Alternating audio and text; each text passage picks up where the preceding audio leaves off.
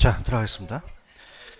79페이지로 한번 가볼게요. 79페이지로 가시면은 그 제4장의 조세 정책이 있죠, 그죠? 여기서 이제 문제가 한 문제 정도가 나와요. 그래서 이제 밑에 가시면 조세의 기능이 있는데, 자, 일단은 조세의 기능은 양가로 2번부터 한번 잡아볼게요. 소득재 분배라는 게 있죠.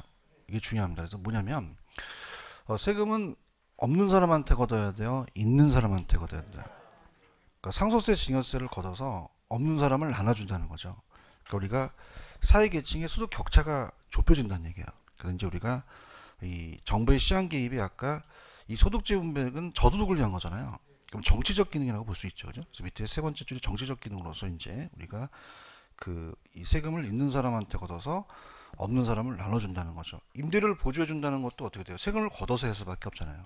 소득 격차를 좁히는 우리가 정치적 기능으로서 부동산 시장의 기능은 책엔 안 나왔지만 나중에 시장의 기능이라는 게 나오거든요. 근데 거기는 이제 소득재 분배라는 건 없거든요. 그래서 거기는 이 기능이 시장 기능이 아닌 만큼 용어 사용에 유의한다. 그래서 나중에 좀 보시고요. 그 다음에 위에 보시면 자원 배분이라는 개념이 있죠. 자원 배분. 아까 우리가 정예복가는 공공재로 본다면 가대 생산되어 가소 생산돼요. 가소 생산. 분은 가대 생산이 됐거든요. 그럼 적정 배분이 안 되잖아요. 그럼 정예복가라는 자체는 그냥입니까? 보조를 해줍니까? 그럼 세금을 좀 감면시켜 주죠. 그죠? 그럼 적정 배분이 되겠고, 부예복가는 규제를 하죠. 그래서 우리가 어떻습니까? 환경 오염 부담금을 부과시키게 되면 세금을 부과시키면 또 공부 줄이니 우리가 자원 배분이 기능도 있다는 얘기예요. 밑에 1번에 가시면은 외부 효과가 과소 생산 소비, 과다 생산 소비가 시장의 실패이죠. 너무 적정 배분이 안 됐으니까 누가 개입을 해야 돼요? 그럼 어떻게 됩니까? 이 정예복가는 지원을 해줘서 세금을 감면시켜줘야 되죠. 그 다음에 부예복가는 또 세금을 부과시켜서 또 적정 자원 배분의 효율성을 또 높일 수가 있고요. 자, 정부가 주택에 대한 취득세를 인하하게 되면 어떻게 됩니까? 수요 감소하겠어요? 수요가 증가하겠어요? 그러면서 상대적 가격 변화에 따라서 수요 공급을 조절시키는 역할을 또 하고, 그 다음에 취득세가 인하되면 주택 수요가 증가되고 거래량도 늘어나죠. 가격도 올라가고 주택 신규 공급이 또 촉진되면서 이 조세가 경기 조절 수단을 또 사용할 수도 있다라는 걸로 그냥 그렇게 보세요. 그래서 우리가 시험 문제에 소득주 분배만 합니까? 자원 배분의 기능도 있습니까? 자원 배분의 기능이 있다니 그렇게만 좀 알아가세요. 근데 이제 우리가 어디가 이제 키포인트냐면 부동산의 조세와 전가라는 게 있죠. 여기가 이제 우리가 물어보는데 들어볼게요. 들어갑니다. 조세의 전가와 기차 용어 정리를 한번 가볼게요. 조세의 전가와 기차입니다. 조세의 전가와 기차. 자, 용어를 이제 우리가 전가는 뭐고 기차는 또 뭐냐 이렇게 이제 우리가 볼게요. 그럼 아까 소득세 분배라는 것은 자, 이 세금은 없는 사람한테 걷어야 돼요, 있는 사람한테 걷어야 돼요. 건물주가 임대인이잖아요. 건물주한테 세금을 부과시킵니다. 건물주 임대인. 그래서 재산세를 부과시켜요. 정부가. 뭐 그런 말이 있죠. 있는 놈이 더하다고. 그럼 그냥입니까? 임차인한테 넘깁니까? 넘기기 전가거든요. 전가. 그래서 임차인한테 떠맡기는 걸 조세의 전가라 그래요. 조세의 부가라 그래요. 전가라 그래요. 부가는 과세권자가 하는 거거든요. 그죠? 전가라고 얘기를 합니다. 자, 그러면 어떻습니까? 그만큼 전가된 것만큼 임대료가 올라가 버린다는 거죠. 그래서 이제 만약에 임대료가 1,000원이었다. 그럼 1,060원으로 올라가 버린 거죠. 자, 왜? 100원의 재산세를 부과시키니까. 자, 그럼 어떻게 됩니까? 임차인 입장에서 자, 우리가 얘가 공급자고 하고 얘가 수요자라고 한다면 그럼 수요자 부담이 적어졌어요? 수요자 부담이 늘어났어요? 늘어나니까 수요를 줄이겠죠. 그러면서 이따가 이제 우리가 경제학에서 나오는데 소비자의 잉여가 줄어들었다고 얘기를 해요. 자, 그럼 어떻게 됩니까? 자, 임대료가 하락했다, 상승했다. 상승한 거는요, 부가의 크기만큼입니까? 정가의 크기만큼입니까? 정가의. 60원은 임차인이 부담하게 된 거죠. 그럼 100원에서 60원 빼면 임대는 얼마 냈어요? 40원이죠. 그럼 40원을 냈다는 것은 얘도 조세를 냈거든요. 그럼 얘는 결국은 어떻습니까? 얘 부담도 커졌죠. 그럼 얘가 1,000원에 판매한 게 아니라 40원이 손해가 본 거예요. 960원에 판매가 된 거죠. 그럼 수입이 늘어났다, 수입이 줄어들었다. 그러니까 공급도 줄고 생산자가 줄어들어서 완전히 빵꾸가 났다는 얘기예요. 거래량이 줄어드니까 자원 배분, 효율적 배분이 안 돼서 경제적 후생 손실이 발생할 수 있다는 얘기입니다. 자, 근데 이거를 우리가 이제 이따 그래프로 그리기 전에 전가라는 자체가 떠맡기는 거고요. 귀착은 그 사람이 누구한테 가냐, 최종적으로. 그건 문제인데, 탄력성에 따라 달라져요. 뭐에 따라 달라진다? 자, 우리가 이제 여기 공공임대주택이 안 나오는데요. 공공임대주택을 그럽니까 더 많이 만들어줘야 됩니까? 그럼 선진국은 공공주택이 많겠죠. 그래서 이제 어떻습니까? 임차인이 선택의 폭이 넓어져요. 그래서 우리가 수요자의 탄력성이라는 자체는 대체제를 얘기를 했어요. 무슨 제? 대체제가 어떻게 할수록 좋아요? 많을수록. 제 얘기가 아니라 제 친구, 여자친구가 옛날에 몇 명 있었어요. 그건 확실히 기억해요. 그럼 7명의 선택의 폭이 어떻게 돼요? 넓어지죠. 그럼 불리해진다, 유리해진다? 유리해져요. 그렇죠. 왜냐면 갈 데가 많기 때문에 그렇죠. 그런가요? 그럼 굉장히 탄력적이에요. 탄력적이라는 것은 유리하다는 얘기거든요. 그럼 얘가 유리하다는 건 공급자가 반대로 비탄력적이래요. 상대적으로. 근데 탄력적인 건 보고 이제 가시면 되는데, 그럼 탄력적은 그냥 다 대체제가 많다. 선택의 폭이 넓다. 불리하다, 유리하다. 유리해요. 맞아요? 그러면 우리가 임대인이 얘한테 전가되는 부분을 적게 할 수밖에 없다는 거죠. 전가분을 크게 하게 되면 얘는 딴 데로 이동하거든요. 그럼 이동한다 그러면 막아야 되죠. 미안하다. 네 조세 부담을 작게 해줄게 있어라. 알았어. 이렇게 하는 거예요. 근데 후진국이나 개발도상국은 주택보급률이 부족하죠. 그래서 어떻습니까? 주택이 많아요? 적어요? 있더라도 저기 하나 짱 박혀져 있어요. 그죠? 그럼 탄력적이다? 비탄력적이다? 비탄력적이에요. 유리하다? 불리하다? 불리하죠. 선택의 폭이 좁잖아요. 맞습니까? 그럼 어떻습니까? 아까 얘가 이제 잠깐 얘한테 놀러 갔다 왔는데 얘가 나간다니까 잡았어요. 나간다니까 그냥 얘가 나가라 그래요. 나한테 집이 있어요? 없어요? 다시 들어가죠? 들어가서 뭐라 그래요? 도배가 정해진 건 아까 한 거고요. 전 어렸을 때부터 조세가 너무 좋아요. 저한테 다 부담시켜주세요. 그러는 거예요. 그럼 조세 부담이 어떻게 된다? 크다는 거죠. 이해하셨습니까? 그럼 귀착되는 문제는 상대적인 탄력도에 따라 틀어진다는 거예요. 탄력적이 불리합니까? 유리합니까? 비탄력적이요. 불리하면 조세 부담이 크다는 거죠. 상대편이 더 얘가 탄력적이면 상대편이 비탄력적이라는 것인 거죠. 그럼 우리가 그럼 어떻게 됩니까? 우리가 좀 심심해서 제가 참새 시리즈로 갑니다. 이게 전깃줄이에요. 그래서 사람 같지만 얘네들은 참새예요. 참새. 얘는 사람. 똑같죠, 그죠? 그림을 잘 그려서 얘네들은 뭐라고요? 얘네들은 사람 이렇게 되는 겁니다. 그래서 우리가 A 참새와 B 참새가 있어요. 그래서 우리가 어떻습니까? 수요자 참새와 공급자 참새가 있으면 탄력도에 따라 틀어진다는 거죠. 그죠? 그럼 얘가 탄력적이면 그럽니까? 상대적으로 얘가 비탄력적입니까? 비탄력적이죠. 그래요? 그러면 수요자가 탄력적이면 그냥이다 유리하다. 부담이 작아져요. 그죠? 조세 부담이 커진다, 작아진다, 작아진다는 거죠. 그런가요? 얘는 탄력적이요, 비탄력적. 불리하죠. 그래서 얘는 불리해요. 그럼 조세 부담이 커지겠죠. 이렇게 합니다. 자, 제가 왜 이렇게 하냐면, 보통 아까 조세를 부과시키는 거는 과세권자죠. 제가 이제 정부입니다. 호수예요. 그래서 총을 딱 겨루고 하나를 장착시켜요. 재산세를. 그럼 탄력적인 애들은 그럽니까? 반응이 빠릅니까? 빨라요. 탕 쏘니까 벌써 막 날아가는 속도가 빨라요. 많이 맞아요? 좀 적게 맞아요.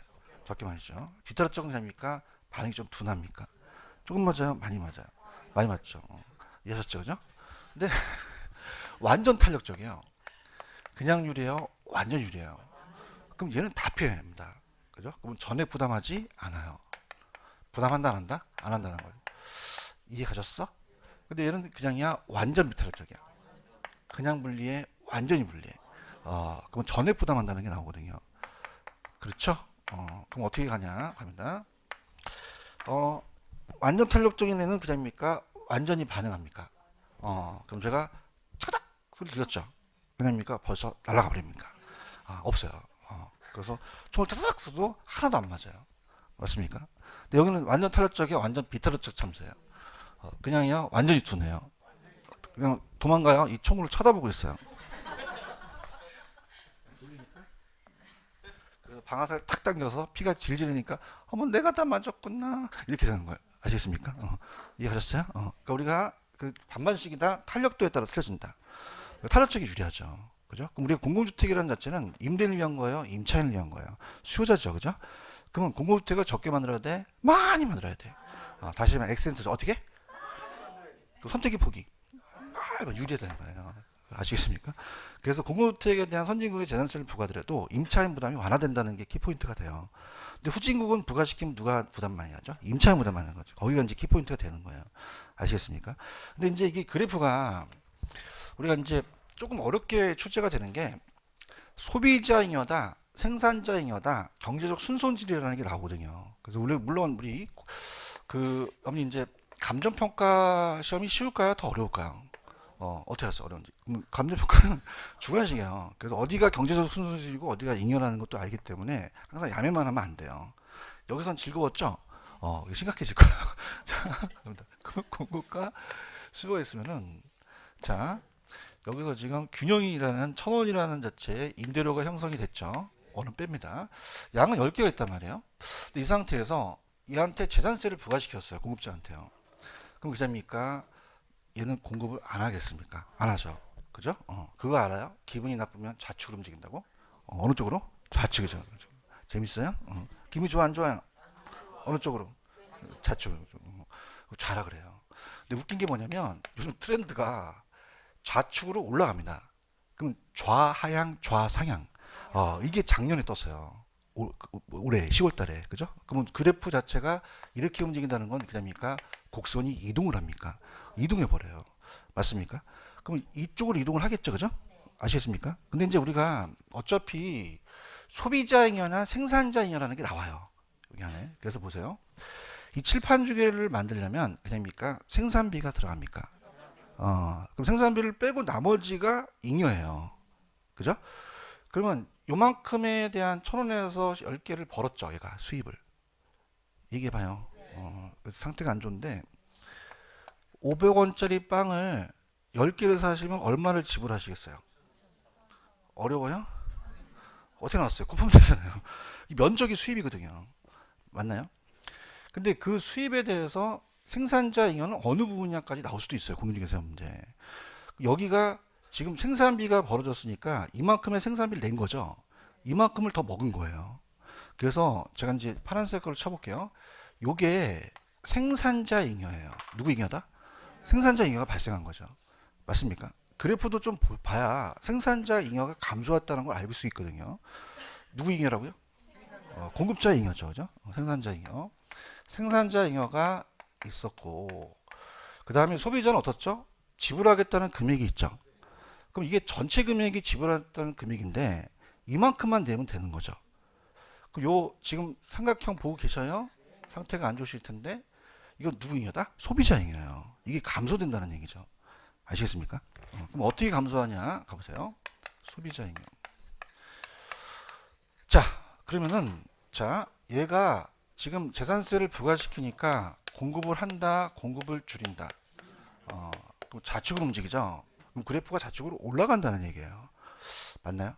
자, 그러면 세금을 부과시킨 만큼 올라가잖아요. 그죠? 아직까지 괜찮아요? 상태가 좀 안 좋을 텐데. 그럼 이렇게 가버린다는 거죠. 이렇게. 그럼 이게 왜 움직였을까요? 재산세 부과 때문에 그런 거죠. 그럼 재산세에 대한 부과가 100원이라면 그냥입니까? 이 전가됩니까? 전가돼요. 근데 다 전가되는 건 아니죠. 가격이 올린 것만큼 우리가 소비자가 부담한다는 거죠. 여기까지 갔나? 알았어요. 그러면 요거에 대한 부담을 누가 부담하냐가 문제가 생기겠죠. 맞나요? 그럼 그냥입니까? 지금 가격이 올라갔습니까? 1060원은 올라갔어요. 그런가요? 그럼 60원에 대한 부담을 누가 했죠? 소비자, 임차인이 한 거죠. 그럼 그냥입니까? 소비자 부담이 커졌습니까? 커졌죠. 그죠? 그러면 가격이 올라갔으면 수요를 할까요? 안 하죠. 그럼 수요를 줄이겠죠. 대답 좀 해봐요. 그럼 수요가 줄어드니까 수요량이 거래량이 줄어든다는 얘기예요. 그렇죠. 그 다음 어떻습니까? 그러면 어떻게 됩니까? 아까 요거 여러분이 보실 때 요 삼각형에 대한 소비자 잉여가 있었잖아요. 그런가요? 그럼 어떻습니까? 그냥입니까? 요 삼각형이 줄어듭니까? 줄어들어요. 소비자 잉여가 요만큼으로 줄어버린 거죠. 그죠? 그럼 소비자 잉여가 증가한다, 감소한다? 감소해버려요. 여기까지 가시겠어요? 소비자 잉여. 나 지금 괜히 하는 것 같다. 책임도 없는데. 씨. 그죠? 어? 괜히 힘들어. 그죠? 이, 이, 이게 줄어들었어. 그죠? 그냥 그게 반 나와. 거기서 하지 마. 그냥이야 줄어들었어. 줄어들었죠. 아시겠죠, 그죠? 그럼 줄어들고 공급자도 줄어들었다는 얘기예요. 그럼 공급자가 좀 보세요. 지금 100원에서 60원은 얘가 냈죠. 40원은 누가 내야 돼요? 공급자가 내야 되거든요. 맞습니까? 그러면 1000원에 판매한 게 아니라 960원에 판매하게 되는 거죠. 그런가요? 그럼 가격이 그냥입니까? 하락합니까? 하락해버려요. 그래서 960원에 가격이 하락한 거죠. 그럼 그냥입니까? 수입이 줍니까?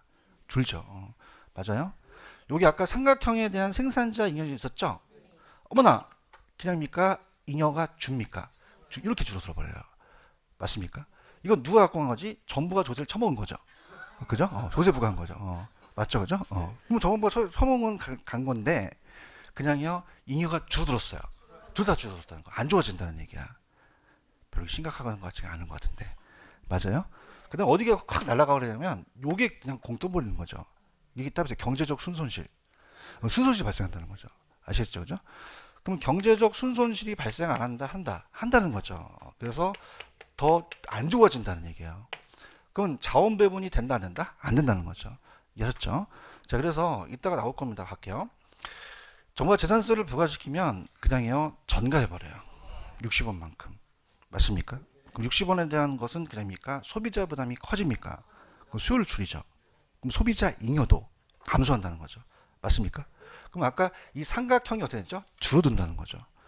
오케이 바리? 그 다음 얘한테 40원이 얘가 낸 거예요. 그럼 얘는 1000원에 팔았어요? 960원에 팔았어요. 수입이 늘어났어요? 줄어들었어요? 그럼 얘 잉여도 감소해버리는 거죠. 맞습니까? 그럼 조세 부과에 대한 효과가 있지만 사회적 후생 손실이 발생해서 잉여가 된다? 감소하고 경제적 순손실이 발생한다는 게 시험에 나왔었거든요. 이해하셨습니까? 그럼 더 좋아졌다, 안 좋아졌다? 안 좋아진 현상이 발생될 수 있다는 거죠. 이해하셨죠? 그죠? 그러니까 이런 것들이 이제 책에 나올 거예요. 오케이? 자, 그래서 일단 79페이지로 가시면 밑에 조세의 전가와 귀착이라는 게 있어요. 읽어볼게요. 조세를 부과하면 법률상에 납세 의무자가 부과된 세금을 모두 부담하여야 하지만 납세 의무자는 부과된 세금을 본인의 비용으로 인식함에 따라 다른 방법을 통해서 세금의 일부를 타인한테 떠넘기는 걸 뭐라고 했죠? 전가예요. 그런가요? 근데 타인에게 전가하고 난 나머지 부분에 본인이 최종적으로 돌아가는 모습을 뭐라고 한다? 귀착이라고 합니다. 맞나요? 근데 넘기시면은 즉 2번으로 가시면은 조세의 전가란 재산세가 부과된 임대인이 임대료 인상을 통하여 세금의 일부를 임차인한테 이전하는 현상을 말하는데 조세 전가가 완료돼서 실질적인 조세 부담이 임대인과 임차인이 각각 최종적으로 귀속하는 것을 조세에 뭐라고 한다? 귀착이라고 그래요. 근데 여쭤볼게요. 반반씩입니까? 탄력도에 따라 틀려집니까? 보세요. 공공주택을 적게 만들어야 돼요? 많이 만들어야 돼요? 그럼 대체재가 어떻게 된다? 많아지죠. 탄력 쪽이 유리하고 비탄력 쪽이 손해를 본다는 얘기예요. 근데 그게 오른쪽에 가시면 어디에 있냐면 양가로 3번이 있어요. 반반씩입니까? 상대적 탄력성에 따라 달라집니까? 자, 1번 탄력적에다가 유리라고 적어놓으세요. 탄력적인 불리하다, 유리하다. 회피하려고 하죠. 대체가 많으니까. 그래서 우리가 조세의 기착 부담이 적어지죠. 비탄력적은 유리했어요, 불리했어요. 부담이 많아진다는 거죠. 맞나요? 그럼 2번하고 3번이 그대로 시험에 나와요. 갈게요. 공급이 탄력적이라는 건 그냥요 유리해요. 유리하죠. 적으세요. 지금 2번 하고 있어요. 심각해요. 공급이 탄력적이라고 돼 있어요? 뭐라고 적어놨어요? 유리. 수요가 가격 트라성이 비탄력적이라고 적어놨어요? 분리라고 적어놓으세요. 그럼 얘기해봐. 누가 유리, 누가 분리? 공급자가 유리, 수요자가 분리하죠. 누가 부담을 많이 할까요? 수요자 부담이 더 많은 세금을 부과하겠죠. 그런가요? 3번 이제 가도 되겠어요? 공급이 비탄력적이라는 건 공급이 불리하다는 얘기예요. 수요가 탄력적이면요. 유리. 그럼 이게 봐요. 누가 분리, 누가 유리? 분리, 수요자 유리. 어려운 거 없어요. 그럼 누가 유리하죠? 그럼 누구 부담이 작아지겠어요? 수요자 부담이 작아지고 공급자 부담이 많아진다는 거죠. 체크하셨죠? 이해 가셨어요? 그다음에 이제 좌측에 80페이지 보시면은 이 저자분이 3번을 이제 보시면 예를 들어서 얘기를 했는데 정부가 맥주 생산업자한테 세금을 많이 부과하면 생산량을 늘리겠어요? 감소하겠어요? 맥주 가격이 어떻게 돼요? 그러면 우리한테 오는 거죠. 그런가요? 맥주에는 보리가 들어가죠. 그럼 보리에 대한 그 생산량 감소, 원재료가 되는 보리 소비량도 어떻게 된다? 감소하게 되겠죠. 그럼 농부의 수입도 감소하니까 좋은 사람이 하나도 없다는 거죠. 그럼 밑에 경제적 후생 손실이 발생할 수 있다는 얘기죠. 아시겠죠? 자, 밑에 지금 그래프 있죠? 똑같은 거예요. 잘 볼게요. 자, 갑니다. 이거랑 똑같으니까 들어보세요. 지금 이분은 어떻습니까? 지금 1,000원을 부과시키고 10,000원 올렸잖아요. 그러니까 이걸로 갈게요. 다시 갑니다. 자, 세금을 지금 한 어떻습니까? 금액을 낮춘 거죠, 저는. 그럼 100원을 부과시키면 그냥입니까? 가격을 올립니까? 소비자 부담이 커지겠죠. 그럼 소비자 잉여가 어떻게 된다? 감소한다고 하셔야 되죠. 맞나요? 수요를 줄이고요. 그 다음에 얘도 40원을 냈죠. 그럼 1,000원에 팔았어요? 960원에 팔았어요. 수입이 줄어든 거죠. 그죠? 공급도 줄면서 생산자 잉여도 감소하고 경제적 후생 손실이 발생할 수가 있다는 얘기예요. 그래서 결론만 볼게요. 오른쪽에 가시면은 자, 오른쪽에 81페이지 가시면 자, 1, 2, 3번은 제가 말씀드린 거고요. 지금 거기에 4번 있어요. 이와 같이 가격 인상 등의 방법으로 조세 전가가 이루어지면 법률상 납세 의무자와 실제로 조세 부담하는 담세자가 그냥요 달라져요. 뭐 때문에 달라지죠? 탄력성에 따라 달라지는 거죠. 그럼 이번에 조세 전가 기착 정도는 수요 공급의 상대적인 가격 탄력성에 따라 달라진다고 돼 있나요? 그럼 상대적으로 비탄력적인 쪽이 더 많은 세금을 부담한다는 얘기입니다. 찾으셨습니까? 이해 가셨죠? 근데 이게 시험 문제가 여기 말고 이제 다른 걸 제가 말씀드리겠는데 보세요. 자, 이게 그래프로 그린다면은 우리가 이 탄력적일수록 비탄력적일수록 요 삼각형이 좀 작고요. 탄력적인 삼각형이 좀 크거든요. 탄력적은 그냥입니까? 반응을 더 합니까? 더 하죠. 얘기를 해봐요. 예? 그러면요. 지금 수요도 늘어났어요. 수요도 줄어들었어요. 공급도요. 그럼 그냥입니까? 완전히 빵꾸가 났습니까? 빵꾸 났죠. 맞아요? 그럼 탄력적일수록 그냥입니까? 더 반응을 많이 합니까? 많이 할수록 더 많이 빵꾸가 난다는 거죠. 그럼 탄력적일수록 경제적 순손이 더 많이 발생할 수도 있다라는 게 최근에 나왔었어요. 아시겠죠, 그죠? 그래서 그렇게 보는데 그것까지는 조금 좀 난이도가 있어요. 그건 나중에 설명을 할 테니까 여기까지 한번 들으시면 돼요.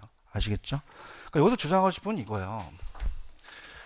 재산세를 부과시키는 거는 소득재 분배잖아요. 그러면 있는 사람한테 걷어야 되죠? 없는 사람은 안아줘야 되는데 그냥이야 있는 놈이 더해. 진짜야? 전가시킨다는 거예요. 그렇죠? 그럼 귀착 문제가 반반씩이에요. 탄력도에 따라 틀려져요. 그럼 공공주택은 누굴 위한 거죠? 임차인을 보호하는 거죠. 그러면 공공주택을 적게 많이. 그럼 대체제가 손뜨기 포기. 얻어나온 것들이 귀엽다는 귀여워요? 웃으시는데 기분 나쁘게 웃으십니다. 그 선택의 폭을 어떻게 넓게 해야 한다는 게 키포인트죠. 그죠? 그럼 선택의 폭을 넓게 한다는 건 수요자를 분리 유리. 그죠? 탄력성을 크게 한다는 자체는 재산세 부담을 완화시킨다는 얘기예요. 맞나요? 근데 후진국한테 재산세를 부과시키면 그냥입니까? 임차인 부담이 커집니까? 좋은 정책이 아니라는 얘기예요. 이해해야 되는데? 그럼 그냥이야 탄력도에 따라 틀려져. 그럼 탄력적은 불리하다, 유리하다? 비탄력적은 불리하다고 하는 거죠. 아시겠죠? 그 다음 이 세금 자체가 나중에 가서는 그냥입니까? 안 좋아집니까? 경제적 순손실이 발생한다는 얘기죠. 그런가요? 자, 다시 갑니다. 100원을 부과시켰어요, 얘한테, 공급주한테. 이 기분이 좋아요? 어느 쪽으로 움직여? 잘한다. 그러면서 자만 물어보는 게 아니라 좌상향까지 물어봐요. 그러면 요 좌는 양이 줄었다는 거예요. 뭐가 줄었다? 상은 그냥입니까? 올라갔습니까? 가격이 올라간 거죠. 여기까지는 좀 잡으셔야 돼요. 좌상향 이동을 제가 강의를 안 했는데 10월 때 나왔거든요. 여기서부터 우측 좌측만 하면 안 된다는 거예요. 심각하시죠? 그래서 이게 계속 지금 내년에 몇 회 해봤어? 그죠? 몇 번 봤어요 지금까지? 30번 이제 보는 거죠. 그럼 난이도 어떻게 됩니다? 빨리 붙으셔야 돼. 계속 난이도가 올라가고 있어요. 그죠? 그래서 우리가 기분이 좀 어느 쪽? 기분이 나쁘면 이것만 했으면 됐단 말이야. 그치? 근데 올라가고 내리고 날 치고 있어, 씨, 그지? 좌상향이냐 우하향이 이렇게 나와요. 빨리 학교 가셔야 돼요. 아시겠습니까? 그냥입니까? 양이 줍니까? 가격은 어떻게 돼요? 올라가 버린다는 거죠. 그게 결론적으로 나는 거죠. 아시겠습니까? 그럼 재산세를 부과시키면 그냥 전가시켜요. 그럼 가격 오른다는 건 부가액이요, 전가분이요. 전가분이죠. 완전히 아닌 이상은. 맞습니까? 그럼 60원만큼은 얘가 부담했죠. 그죠? 그러니까 편하게 드세요. 이 소비자잉여가 어디가 소비자이니? 안 나와요. 공인중개사. 그냥 이거였죠. 그냥 끄떡끄떡 하세요, 그냥. 어머, 그냥 줄어들었어. 줄어들었다는 거죠. 샥. 알겠죠? 소비자잉여가 증가했다, 감소했다, 감소했다. 맞죠? 이게 40원 부담했죠? 수입이 늘어났어요, 줄어들었어요? 줄어들었죠. 그러면 요거 삼각형이 줄어들었죠? 소비자잉여가 감소했다고 보셔야 돼요. 맞습니까? 생산자잉여가 알겠어. 실수할 수 있죠. 그죠? 나중에 이제 팔았다 가잖아요. 그럼 더 지적을 해요. 그죠? 더 막 팔았다 막 하는데 생산자잉여 아시겠죠? 그죠? 이제는 이제 따로 온다는 얘기예요. 지적한. 옛날 지적도 못했어요. 처음에는. 그죠? 그럼 어떻습니까?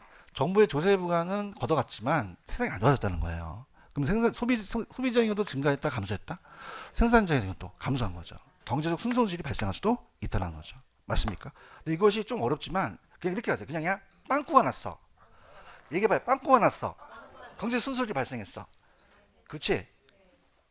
그럼 빵꾸가 났네? 그럼 탄력적일수록 그냥 더 나. 더 많이 또 손실을 볼 수 있다는 거죠. 아시겠죠? 그죠? 이렇게. 이해 가셨어요? 됐습니다. 여기까지. 됐습니다. 넘겨볼게요. 넘기셔서 투자 파트로 가서 84페이지로 가서 84페이지 가시면 제1장에 부동산 투자라 파트가 있죠. 투자 파트. 투자는 6에서 7, 8문제까지 나와요. 그래서 굉장히 안 놀라시는 것 같아요. 놀라세요? 놀라셔서 가셔가지고 여기 이제 많이 주체가 돼요. 큰일 났다 이제. 투자. 그래서 갑니다. 편안하게 가지세요. 편안하게. 그럼 부동산 투자를 갈게요. 투자에 대한 개념으로 갑니다. 투자의 개념. 하면은 자, 투자라는 것은 자금의 투입이고요. 자, 부동산에 투자한다는 건 수익이 안 나와줘야 돼요. 나와줘야 돼요. 임대용 부동산에 투자하거든요. 그죠? 그럼 우리가 임대료만 받아요. 양도 차익도 있어요. 거기에 대해서 이제 우리가 계속 배우시면 할 거예요. 근데 투자에 대한 개념과 우리가 본다면 투자라는 것은 내가 1억을 투자해서 1년 후에 1억을 회수하고 1억 2천만 원을 받았어요. 그럼 우리가 어떻습니까? 1억이라는 자체는 미래입니까? 현재입니까? 현재예요. 1억 2천원이요. 미래. 내가 낸 현재는 확실하죠. 확실한데 미래 수익은 확실하다, 불확실하다. 불확실한 어떻게 될지 모르는 거예요. 그러면서 어떻습니까? 내가 현재 확실한 1억을 지출을 하셔서 미래 불확실한 수익을 교환하는 행위예요. 그럼 내가 그걸 희생했다는 말을 쓰고요. 자, 이걸 목적으로 가져갔다는 얘기죠. 교환했다는 얘기인데. 그럼 이렇게 할게요. 현재 지금 여러분들이 수강료 내신 거는 그냥입니까? 현재 냈습니까? 확실하시죠? 지출하셨죠? 근데 미래 자격증 딸 것은 그냥입니까? 불확실합니까? 불확실해요. 그냥요. 위험이 따라요. 위험이 따라죠. 맞나요? 위험이 따를수록 더 수익을 요구한다는 얘기죠. 왜냐하면 자 보세요. 우리 사람이라는 게 그런 거예요. 자, 여러분들 2층 닦는 유리창 닦는 아저씨와 63빌딩 닦는 아저씨 중에서 누가 연봉이 셀까요? 63빌딩이 세죠. 생명수당을 받아요. 맞습니까? 그러면 이 아저씨는 떨어지면 다리만 삐시는데 이 아저씨는 그냥요 죽어요. 가요. 위험해요. 그냥요 더 달라 그래요.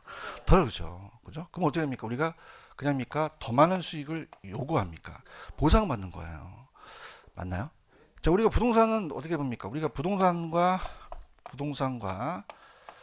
예금을 본다면 정기예금이자 정기예금 같은 경우는 어떨까? 만약에 연 2%면 확실히 2%를 주잖아요. 근데 부동산은 그냥요 위험해요. 더 달라고 하겠죠. 그럼 그냥입니까? 더 원합니까? 정말이에요? 그럼 2%는 안 가죠. 그래서 10% 줘라 이렇게 하는 거예요. 그냥이야 더 요구해. 여기 키포인트가 되는 거예요. 아시겠죠? 할게요. 편 들어보세요. 자, 가시게 되면은 자 투자의 개념은 자 1번 장래 수익은 항상 위험을 내포하고 있습니다. 그렇다면 확실해요? 불확실성이 존재해요. 이러한 관점에서 투자는 장래 불확실한 수익을 위해서 현재 그냥입니까? 확실합니까? 그걸 소비해서 희생하죠? 그럼 밑에 가시면 어떻게 돼요? 밑에 두 번째, 부동산 투자는 위험하죠? 그럼 그냥입니까? 위험이 따릅니까? 수반된다는 게 있죠? 그럼 그만큼 더 그냥입니까? 더 대가를 요구합니까? 수익이 많이 나와야 되는 거죠. 이해하셨죠? 그래서 이제 미리 간다면 위험이 클수록 수익도 낮아요, 수익도 높아요. 그럼 반비례다, 비례다? 비례 관계라는 거를 머릿속에 두셔야 돼요. 아시겠죠?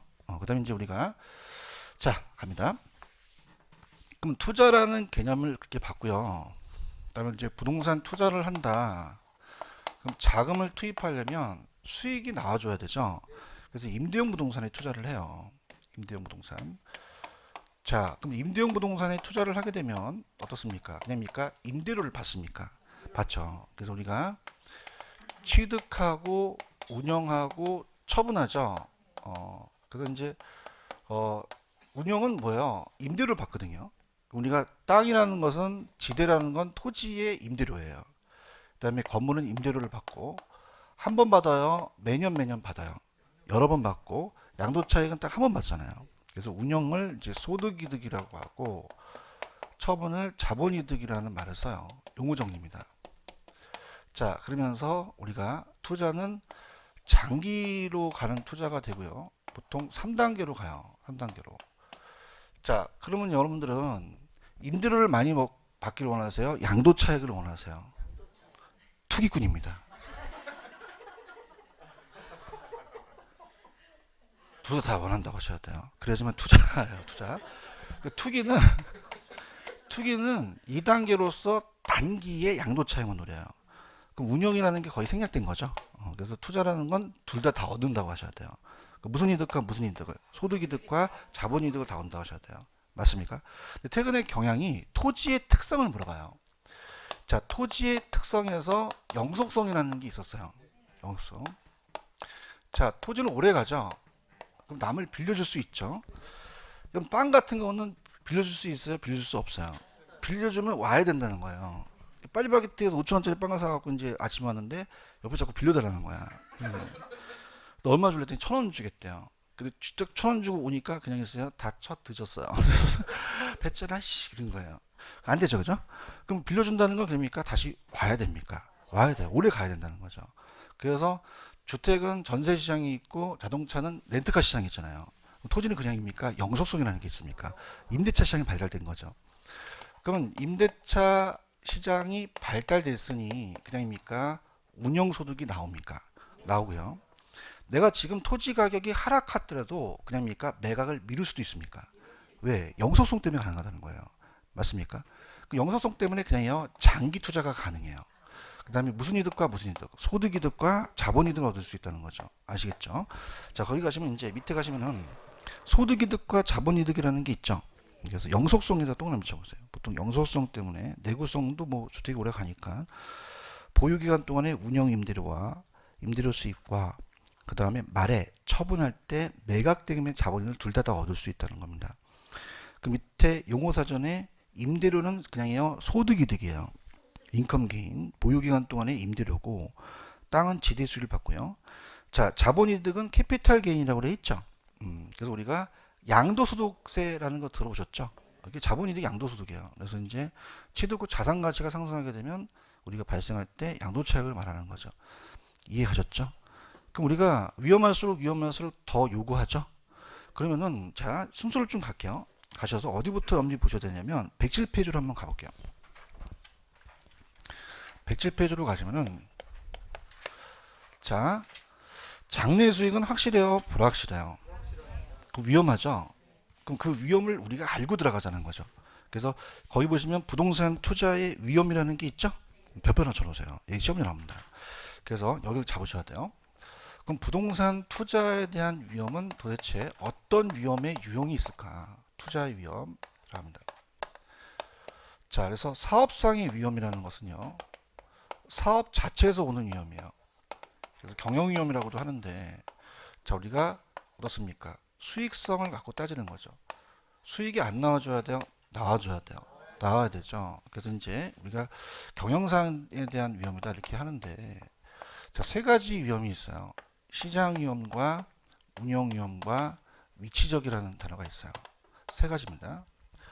자, 그럼 시장은 확실합니까? 불확실합니까?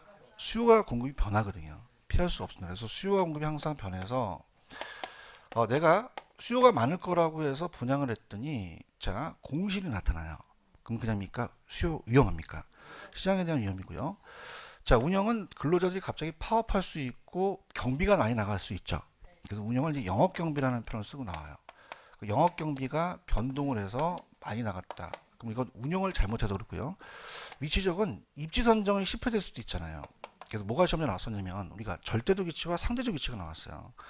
그 만약에 29번지에 아파트가 있으면 만약에 30번지에 공원이 들었으면 좋죠. 근데 공동묘지가 들었으면 값어치가 어떻게 돼요? 올라가요?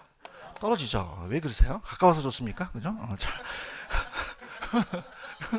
이건 입지 선정이 실패된 거예요. 우리가 위치라는 것은 절대적 위치와 상대적 위치가 있어요. 자, 그럼 우리가 만약에 강남에 집값이 그렇게 올라갔다는 것은 고조선하고 지금의 그 위치는 변함이 없죠. 절대적 위치는 안 바뀌죠. 절대적 위치는 바뀝니까? 안 바뀝니까? 불변이에요. 그럼 이게 바뀌었다는 것은 절대적 위치가 아니라 상대적 위치가 바뀌었기 때문에 위험하다는 게 나왔었거든요. 무슨 위치가 바뀌었다? 상대적 위치. 상대적 위치는 그냥입니까? 변합니까? 변하죠. 그럼 얘 때문에 위험하다는 거지 절대적 위치 때문에는 아니라는 거죠. 아시겠죠? 그죠? 그 다음에 이제 우리가 금융이라는 것은 금융상은 자금을 융통합니다. 그럼 부채를 많이 빌리면 우리가 어떻게 나중에 이제 지렛대 효과라는 걸 배우시거든요. 그래서 나중에 타인점을 만약에 되면 수익률이 높아지지만 그냥입니까? 위험도 증가합니까? 채무 가능성이 커지겠죠. 그다음에 이제 우리가 법률적 위험이라는 게 있어요. 법은 안 바뀌어요. 바뀔 수도 있어요. 그래서 정책이 변합니다. 정책. 그러니까 여기는 부동산 자체가 어떻습니까? 이 법 규제가 많다는 게 아니라 법이 항상 변화될 수 있다는 게 키포인트예요. 그럼 갑자기 내가 어떤 건물을 짓는데 그린벨트로 묶을 수 있죠. 그럼 이런 것들은 이 규제가 바뀐 거잖아요. 이렇게 보시면 되고요. 그 다음에 우리가 인플레라는 게 참 어려워요. 이게 인플레가 이제 좀 어려운 단어인데 인플레이션이라는 얘기 들어보셨죠? 물가가 상승합니다. 그럼 그냥입니까? 화폐 가치가 떨어집니까? 떨어지죠. 맞나요? 그래서 인플레를 방지하는 효과에 대한 장점은 있게 해요. 왜냐하면 자 인플레라는 자체는 물가 하락, 물가 상승, 화폐가 떨어지거든요. 그러니까 구매력이라는 자체가 내가 유효 수요할 수 있는 실질적으로 1,000원이 있다고 봐봐요. 그래서 예전에는 100원에서 10개를 샀는데 그냥입니까? 물가가 상승합니까? 그 만약에 200원이면 나는 5개밖에 못 사요. 그럼 내 구매력이 줄어든 거죠. 그럼 어떻게 됩니까? 대체적으로 화폐 가치가 떨어진 거죠. 그러면은 투자의 장점도 있긴 해요. 무슨 냐면 자 이렇게 되면요 사람들은요 그냥입니까? 화폐 가치가 떨어집니까? 떨어지면 화폐 가지려고 그래요? 실물 가지려고 그래요? 그러면 부동산 투자를 갖고 있는 사람이 유리하겠죠. 그럼 얘는 지금 부동산에 투자를 했어요 벌써. 그럼 실물을 갖고 있다면 실물 자산을 갖고 있다면 부동산은요. 그러면 이 순간 얘는 투자를 해서 가지고 있죠. 그럼 사람들은 화폐 가지려고 한다. 부동산 가지려고 한다. 얘 부동산이 인기가 있다는 거죠. 그럼 부동산 가격이 어떻게 된다? 올라가서 인플레를 막아주는 장점도 있긴 하다는 거죠. 맞습니까? 그런데 지금 계속 임대 사업을 하려고 하는데 만약에 임대료가 100만 원 받는데 물가가 상승하면 화폐 가치가 어떻게 되죠? 떨어지면 어떻게 돼요? 100만 원에 대한 그 구매력이 떨어지잖아요. 그럼 그다음입니까? 임대료를 올립니까? 그걸 전가라 그래요. 뭐라고 한다?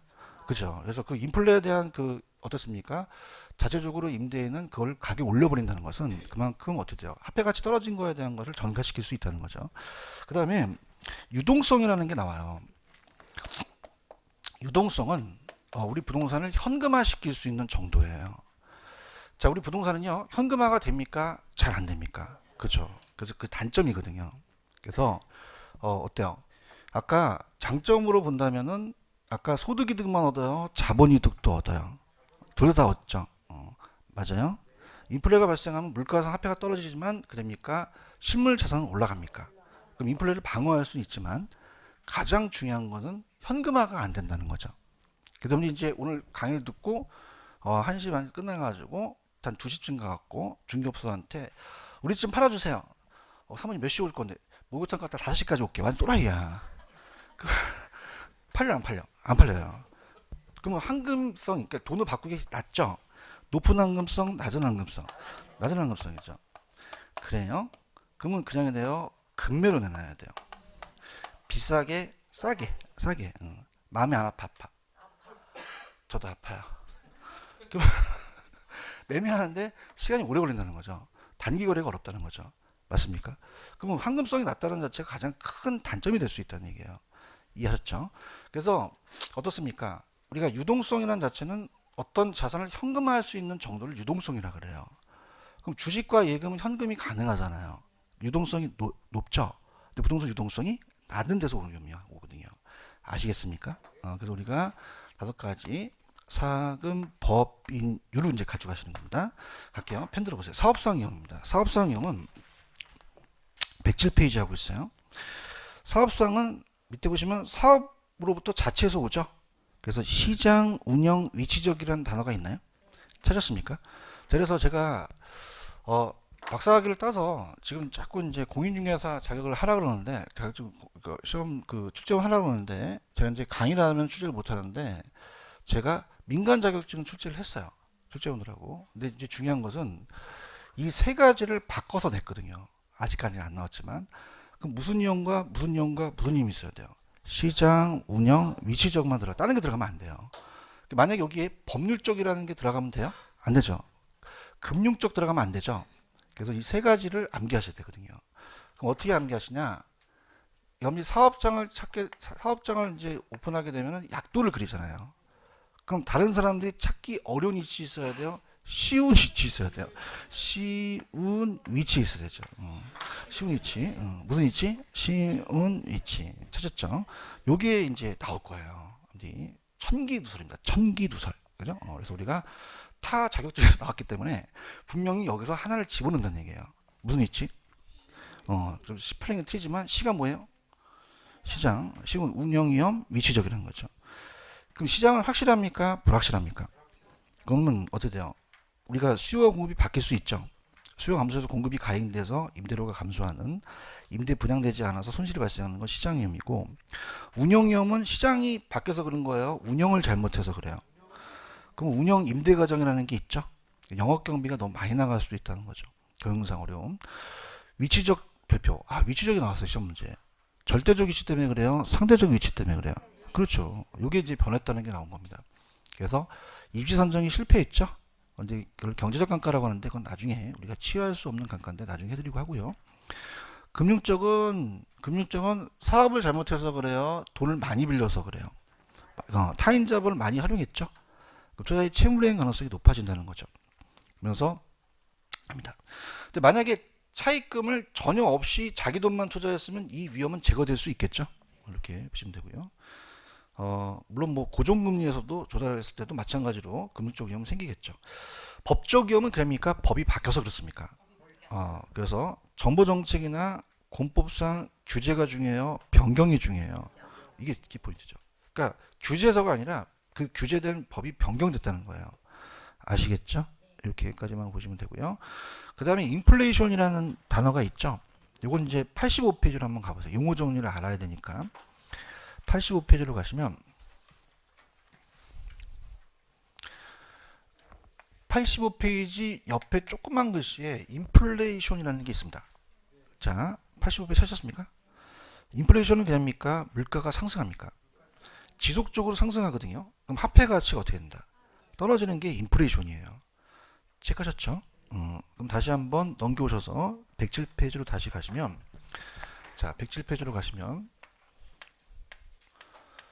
자, 인플레이션이 발생했다. 물가가 상승한다. 그러니까 화폐 가치가 하락합니까? 하셨죠? 맞죠? 그럼 임대인들은 100만 원을 받기로 하네요. 더 가격을 올려야 돼요. 그렇죠. 임대료에 대한 화폐 가치가 하락하니까. 그렇죠?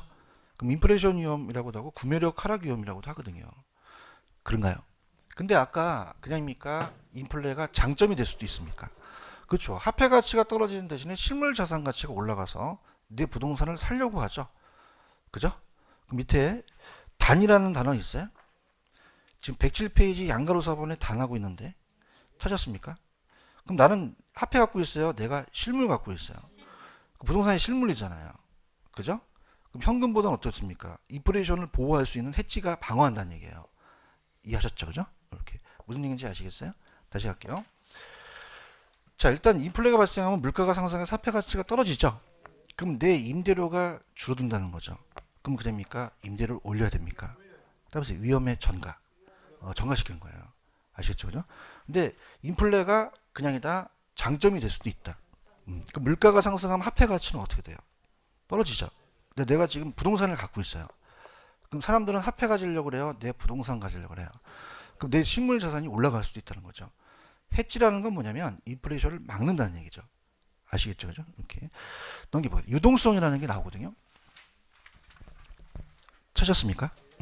유동성은 어떤 자산을 현금화할 수 있는 게 유동성이라는 거예요. 그럼 우리가 예금하고 주식 같은 거는 유동성이 높죠. 부동산은요, 낮죠. 그래서 낮은 현금성이라는 거죠. 그럼 그냥요, 금매로 내놔요. 손실이 올 수도 있다는 거죠. 그래서 거기 보시면 투자자가 시장 가치보다 낮은 가격으로 부동산을 매도하는 과정에서 손실 가능성이 금매예요.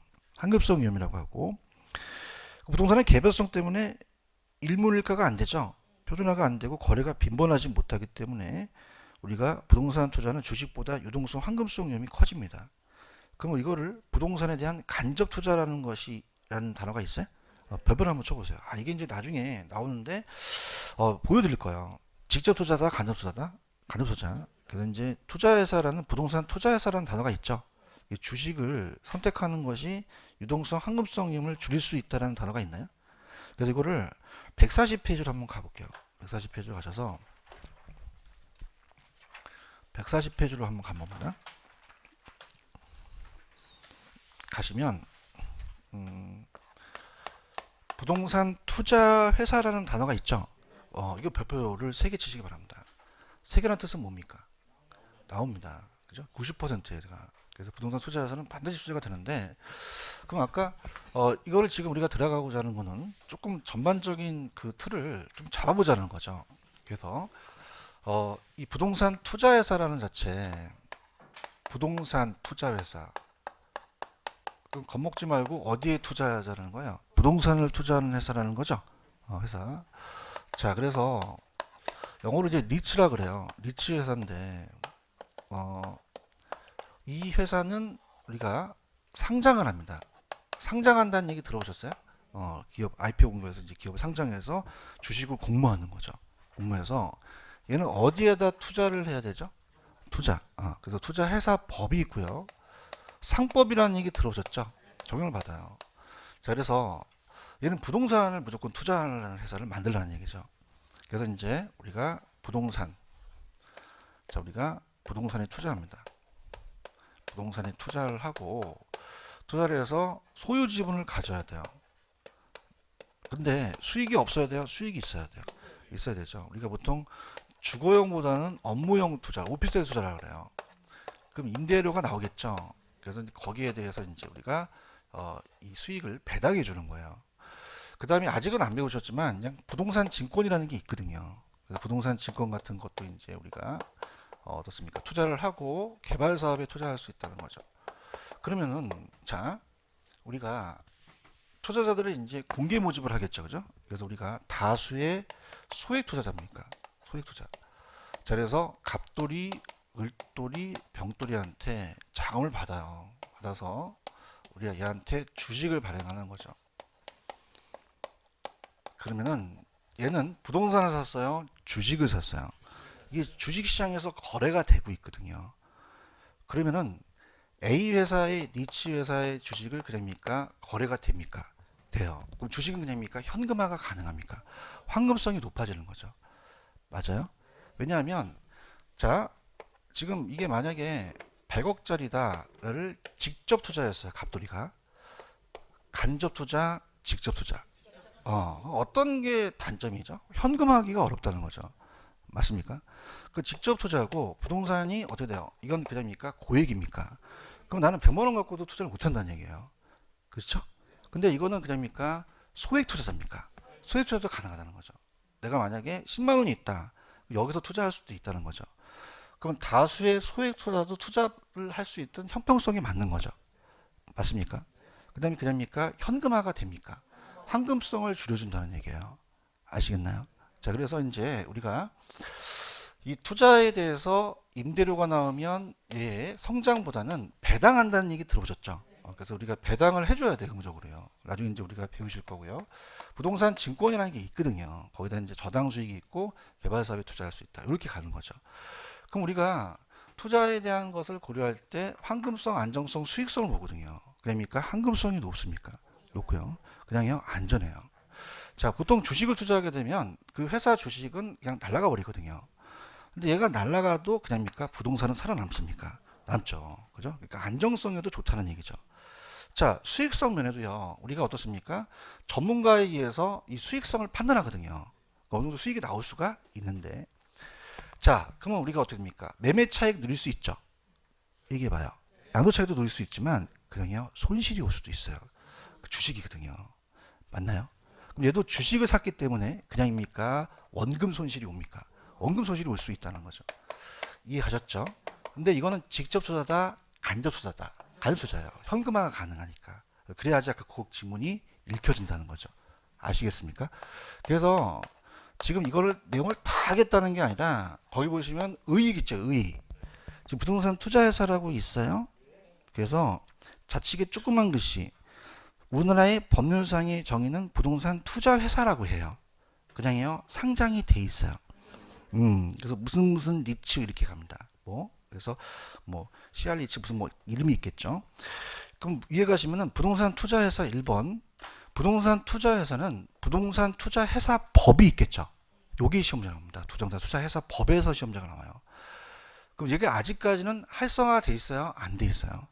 어떻게 하냐면 오늘 나가셔서 가는 이 횡단보도에 아주머니가 있으면 아주머니 리치가 뭔지 아세요? 새로 나온 과자예요? 그렇게 얘기합니다. 활성화돼 있다 안 돼 있다? 안 돼 있어요. 이걸 계속 활성화 시키려고 하거든요. 그러니까 투자회사법의 자본금이라든지 이런 것들을 좀 인하시켜 줍니다. 그럼 법은 안 바뀌어요? 바뀌어요. 바뀌기 때문에 이 법에서 낸다는 얘기예요. 아시겠죠? 그 다음에 어때요? 설립 운영되며 특별히 정한 경우를 제외한 상법이라는 얘기 들어보셨죠? 전혀 봤고요. 부동산 투자회사는 그냥입니까? 주식을 발행합니까? 그러면 소수예요? 불특정 다수예요? 그러면 어떻게 돼요? 소액 투자도 투자할 수 있죠? 형평성이 맞고요. 부동산 투자 운영을 부동산만이 아니라 아까 부동산 증권이 있다 그랬죠? 나중에 배우실 거예요. 뭐 MBS, ABS를 그 수익을 주주한테 뭐 현금을 줄 수 있고 현물 배당을 할 수도 있어요. 제도 회사를 말한다. 3번. 그러면 투자회사는 그냥입니까? 주식을 발행했습니까? 주식은 내 거죠. 남의 거예요? 내 거예요. 그 지분을 증권화 시켰거든요. 그래서 이제 발행 주식에 투자하면 투자회사의 운영 실적에 따라서 미조 쳐보세요. 그냥입니까? 배당 받을 수 있습니까? 의무 배당이요. 그 다음에 그냥이요. 주식의 시세 차익도 향유할 수도 있어요. 향유할 수 있죠. 맞습니까? 주식이라니까. 근데 그냥이야 까먹을 수도 있어. 원금 손실이 발생할 수도 있다는 게 시험에 나왔었어요. 찾았죠? 이렇게. 그래서 이러한 측면에서 지금 중요한 것은 직접 투자다, 간접 투자다. 이걸 얘기하고 싶은 거죠. 직접 투자하면 현금화가 안 된다는 거죠. 아시겠죠, 그죠? 이게 핵심 포인트가 돼요. 이해 가셨어요? 그래서 그러면 전 페이지가 이제 읽혀져요. 뭔가 이제 좀 읽혀지는데 페이지 다시 108페이지로 오시면 조금씩 이제 그 내용을 알 겁니다. 108페이지로 가시면은 다시 유동성 위험 가셨어요? 가시게 되면은 자, 우리 부동산은 황금성이 높다, 낮다. 그러면은 어떻게 돼요? 따라서 부동산에 간접 투자하는 것이 즉 부동산 투자회사라고 돼 있죠. 가정했어요. 지금 주식을 샀어요. 주식을 산 거죠. 그죠? 직접 투자한 게 아니죠. 직접 투자했으면 현금화가 안 되죠. 그럼 현금화를 원하는 사람들은 간접 투자를 원할 수 있다는 거예요. 그래서 리츠라는 게 발생이 됩니다. 아시겠나요? 그래서 리츠라는 자체가 이제 우리가 된다는 거죠. 이해하셨죠? 그다음 이제 이거를 우리가 조금 뭐 이제 어떻습니까? 옳다고 해서 이걸 다 나갈 수는 없는 거고 투자 파트 다 나갔다는 오늘 큰일 났는데 나중에 이제 제가 포트폴리오를 다음 주에 얘기할 거예요. 뭘 이해한다? 포트폴리오 들어보셨어요? 포트폴리오. 그래서 우리가 포트폴리오라는 이론이라는 게 있어요. 포트폴리오 이론. 그럼 포트폴리오는 주식시장에서 나왔습니다. 어디서 나왔다? 그러니까 우리가 어떻습니까? 지금 갑돌이가 자 A, B, C, D 자산에 집중하는 게 낫나요? 분산하는 게 낫나요? 분산하는 게 낫죠. 그런가요? 그래서 우리가 만약에 4억이 있으면 여기서 딴 걸 여기서 이런 걸 커버할 수 있죠. 여기 딴 걸 여기서 이런 걸 커버할 수 있잖아요. 그런가요? 그러면서 포트폴리오 이론이 나오게 된 거예요. 그렇죠? 그럼 집중이 맞아요? 분산이 맞아요? 분산이 맞다는 거죠. 그렇죠? 근데 우리가 부동산이 포트폴리오가 어려운 게 부동산은 소액이에요, 고액이에요. 비싸요. 그죠? 맞습니까?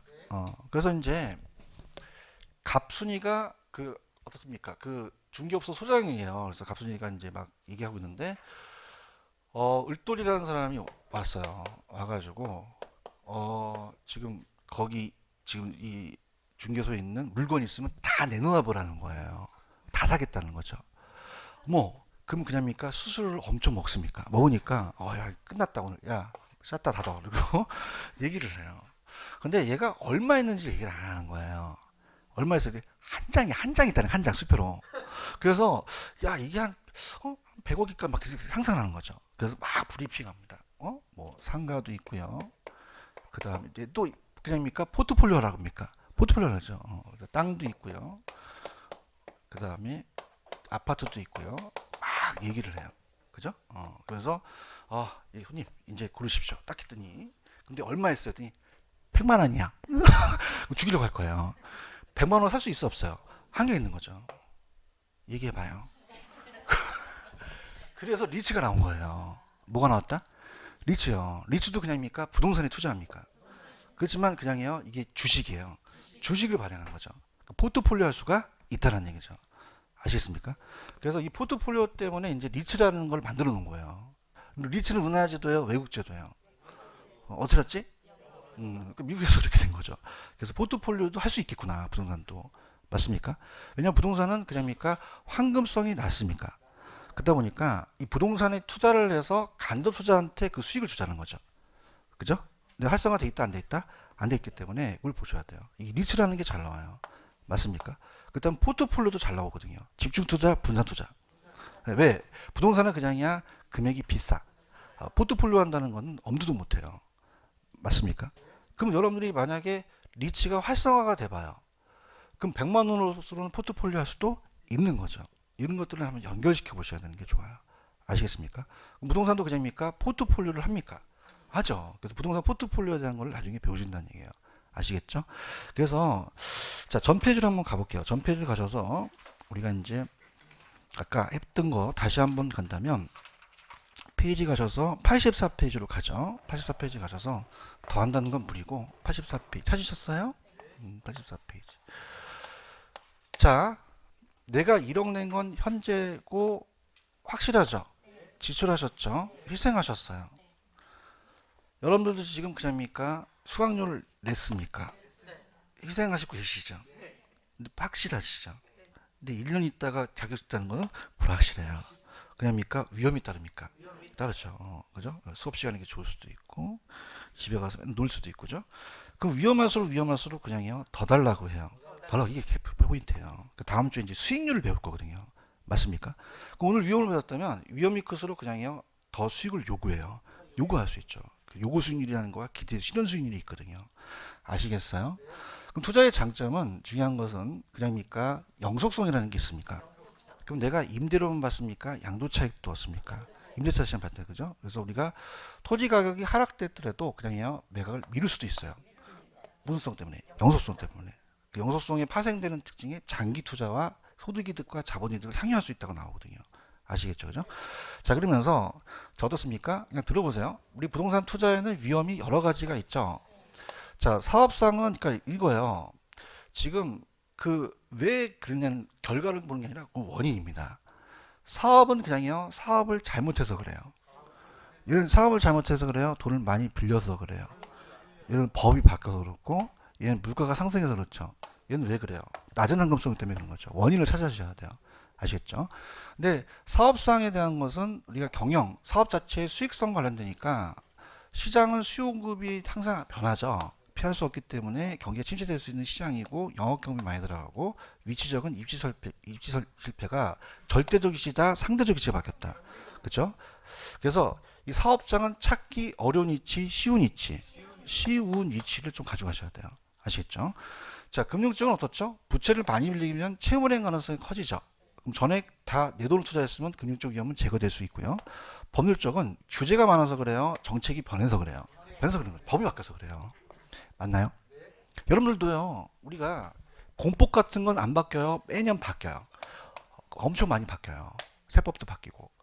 그럼 만약에 내년에 30회잖아요, 여러분들. 그죠? 그래요? 그러면 내년에 이제 법 바뀐 걸 다 공부하시면서 그냥입니까? 반드시 합격해야 됩니까? 그럼 또 떨어지면 그냥입니까? 바뀐 걸 또 배웁니까? 또 배우죠. 고양지 알아요? 그럼 그냥요, 법이 바뀔 수도 있다는 거예요. 바뀔 수 있는 거죠. 여러분들이 법률적 위험 생길 수도 있다는 거죠. 아시겠습니까? 그럼 법이 바뀌어서 위험한 건 뭐다? 법률적 위험이고, 물가가 상승하면 화폐 가치가 어떻게 돼요? 그러면 내 임대료 수입이 줄죠. 그럼 그냥요, 임대료를 올려요. 전가시킨다는 거죠. 맞습니까? 근데 인플레에 대한 것도 우리한테 혜택이 있다는 거죠. 자, 그냥입니까? 물가가 상승합니까? 화폐 가치는요? 그럼 화폐 가지려고 그래요? 부동산 가지려고 그래요? 그럼 내가 부동산이 있으면 인플레이션을 방어할 수도 있다는 거죠. 아시겠죠? 그 다음, 유동성이라는 것은 높은 황금성, 낮은 황금성이죠. 그럼 금매는 하면 손실이 올 수 있죠. 그럼 유동성 위험을 찍으셔야 되거든요. 그러니까 각자 하나씩 찍으셔야 된다는 얘기예요. 그럼 유동성 위험을 우리가 좀 어떠가 회피하기 위해서 그냥입니까? 이 리츠가 나옵니까? 리츠가 나오죠. 그럼 얘는 직접 투자예요, 간접 투자예요. 그렇죠? 그러면 소액의 투자자들도 투자할 수 있는 형평성 문제가 되는 거죠. 근데 리츠는 아직 활성화가 안 됐기 때문에 이 법이 자꾸 완화된다는 얘기예요. 아시겠죠? 그래서 어떻게 됩니까? 그냥입니까? 포트폴리오 할 수 있습니까?